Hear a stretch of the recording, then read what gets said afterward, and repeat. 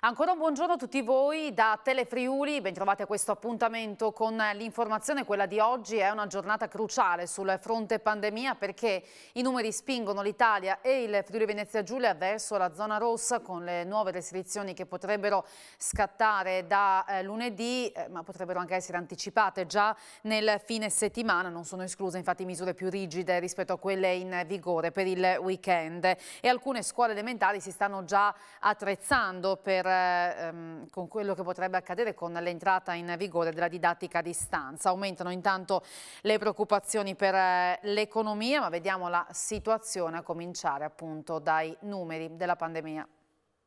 Il Friuli Venezia Giulia vede sempre più rosso. I numeri, con il boom dei contagi legati anche all'aumento della variante inglese al 63% e ormai destinata a soppiantare il virus tradizionale, lasciano presagire un possibile cambio di colore per la nostra regione già da lunedì 15 marzo. Ma lo scenario potrebbe cambiare anche prima, dal momento che il governo, sentito il parere del Comitato Tecnico Scientifico, potrebbe, già tra oggi e domani, modificare il DPCM entrato in vigore il 6 marzo.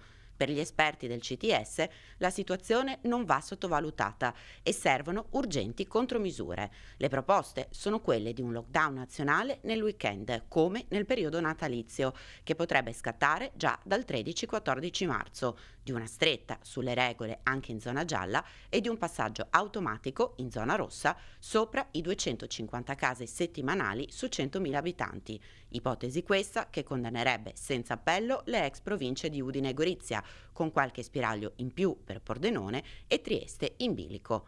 Oggi si riunirà la cabina di regia e saranno messi a punto i dettagli. Bisognerà quindi capire se prevarrà la linea dura invocata dal CTS o se l'esecutivo cercherà di mediare. E lo stop alle lezioni in presenza sembra ormai dunque inevitabile anche per i più piccoli. Alle elementari ci si sta già organizzando per essere pronti al probabile fermo e già in azione la macchina per distribuire PC e tablet agli alunni che ne sono sprovvisti. Anche gli asili, le scuole elementari e le scuole materne si preparano al peggio. Da ieri diversi istituti comprensivi e dirigenti delle scuole di primo grado hanno iniziato a comunicare ai genitori come l'ipotesi che le lezioni in presenza possano non riprendere lunedì 15 marzo sia più che fondata, anzi quasi una certezza. Proprio per non farsi trovare impreparate in caso di stop e passaggio alla didattica a distanza, le scuole primarie hanno preparato un piano di lezioni online da azionare in caso di passaggio in zona rossa o di modifiche al DPCM o all'ordinanza regionale. Non solo, per venire incontro alle esigenze di chi non è dotato di dispositivi tecnologici, in queste ore i dirigenti stanno consegnando alle famiglie un documento da compilare per richiedere tablet in comodato d'uso gratuito. Se le previsioni dovessero essere confermate, dunque, quella di oggi sarebbe il terzultimo giorno di lezioni prima del passaggio alla DAD. Proprio per questo motivo, già diversi istituti hanno invitato gli alunni a riportare a casa tutto quel materiale didattico che sarà necessario utilizzare a casa. E questa mattina al valico di Ferneti sono stati attivati controlli e tamponi per i lavoratori transfrontalieri. Tutta l'area al confine è stata transennata, sul posto è stata allestita un'area dedicata all'esecuzione dei test. Da domenica sera infatti la Slovenia considera l'Italia zona rossa. Su tutti i valichi principali sono stati riattivati serrati controlli dalla polizia slovena, da Treviso a Pulfero, su tutta l'area del Goriziano, nell'area giuliana. Commercianti, artigiani, ristoratori, baristi della Carnia sono scesi in piazza questa mattina a Tolmezzo per chiedere misure più consistenti per fronteggiare la crisi economica causata dalla pandemia.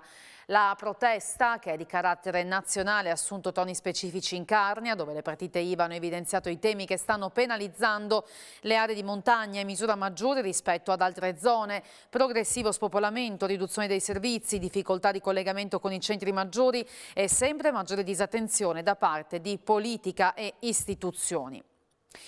Non si fermano invece i concorsi e proseguono le selezioni a Udine per i concorsi pubblici banditi per rimpinguare le aziende sanitarie. Migliaia di aspiranti infermieri questa mattina all'Ente Fiera, 130 i posti banditi. Non è escluso che entro pochi mesi la graduatoria possa essere completamente utilizzata. La fiera di Udine è stata invasa questa mattina da un vero e proprio esercito di infermieri, provenienti da tutta Italia. Tra oggi e domani saranno in 1500 a sottoporsi all'esame indetto dall'azienda regionale di coordinamento per la salute alla ricerca di 130 nuove risorse da assumere a tempo pieno. Oggi inizia il concorso più atteso fra tutti quelli banditi, è così? Sì, certo, la professionalità infermieristica è tra quelle maggiormente richieste su tutto il territorio regionale e infatti le ultime volte avevamo 400-500 candidati in graduatoria e li abbiamo fatti fuori in meno di un anno. Da lunedì 8 marzo sono ripresi i concorsoni, ben 221 i posti fissi complessivi messi a disposizione, con una platea di circa 8.000 candidati totali. C'è chi ha passato la notte studiando, chi invece attraversando l'Italia per raggiungere Udine in tempo. Da dove vieni? Da Avellino.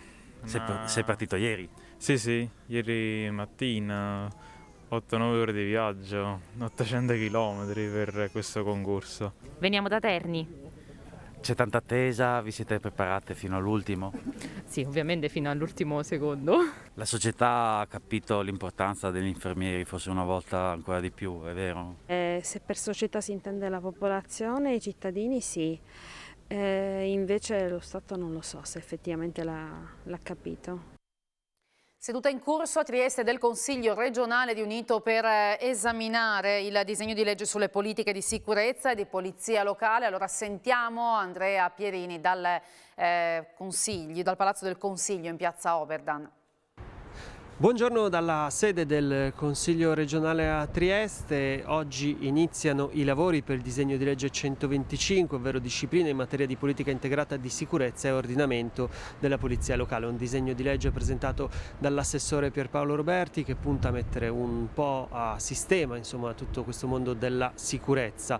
Sono 3 i punti focali di questo disegno di legge. Si parte dalla regolamentazione della sicurezza sussidiaria, poi questo disegno di legge prevede la nascita di un osservatorio della sicurezza urbana, ovvero un centro in grado di raccogliere dati su diversi aspetti, e poi ci sono i nuclei di polizia urbana e il reclutamento degli agenti che potrebbe arrivare su base regionale e non più su concorsi singoli. Questo è stato spiegato anche per aiutare i comuni piccoli e in particolare valorizzare il corpo delle polizie urbane.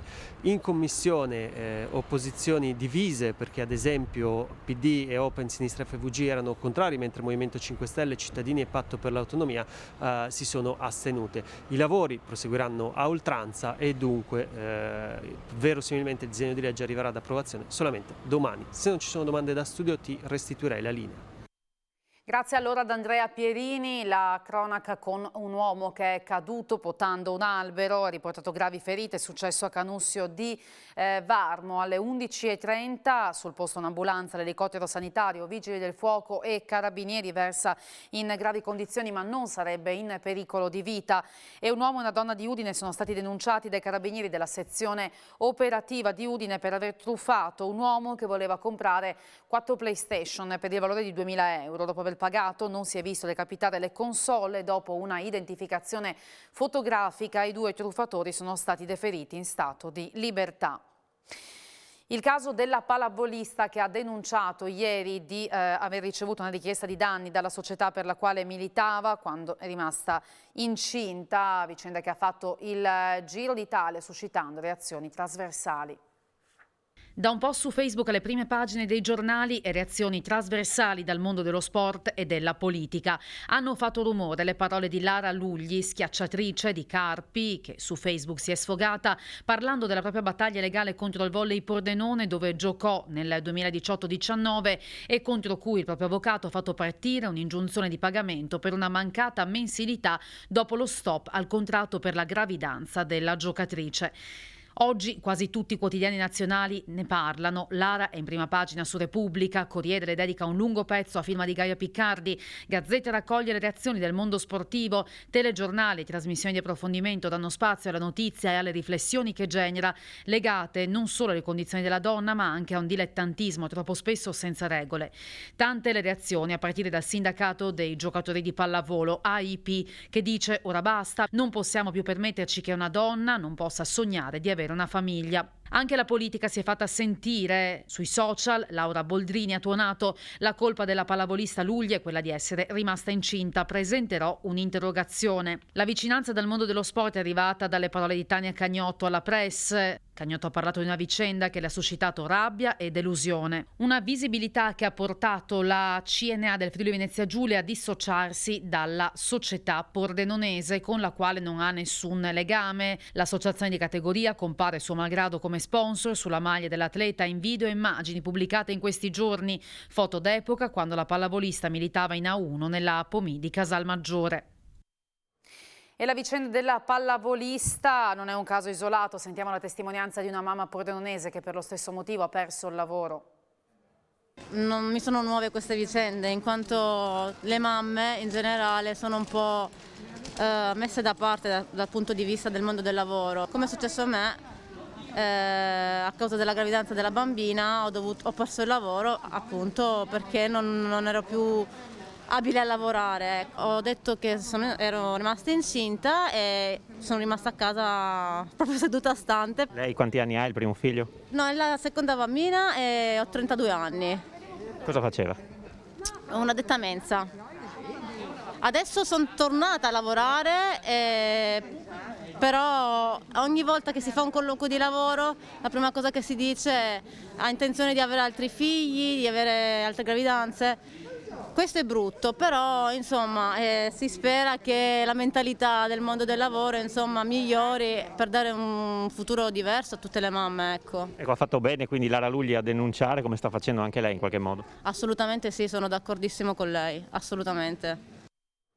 Il commento del presidente della FIPAF del Friuli Venezia Giulia, Alessandro Michelli, alla vicenda che ha visto coinvolti la giocatrice di pallavolo e la società Volley Pordenone. In una nota scrive: il diritto alla maternità è irrinunciabile, non lo si deve mettere in nessun modo in discussione, mai, è un diritto assoluto che vale sempre e in qualunque contesto per una donna lavoratrice così come per una donna atleta. Qualsiasi forma di mancanza di tutela è del suo diritto e quindi assolutamente ingiustificabile.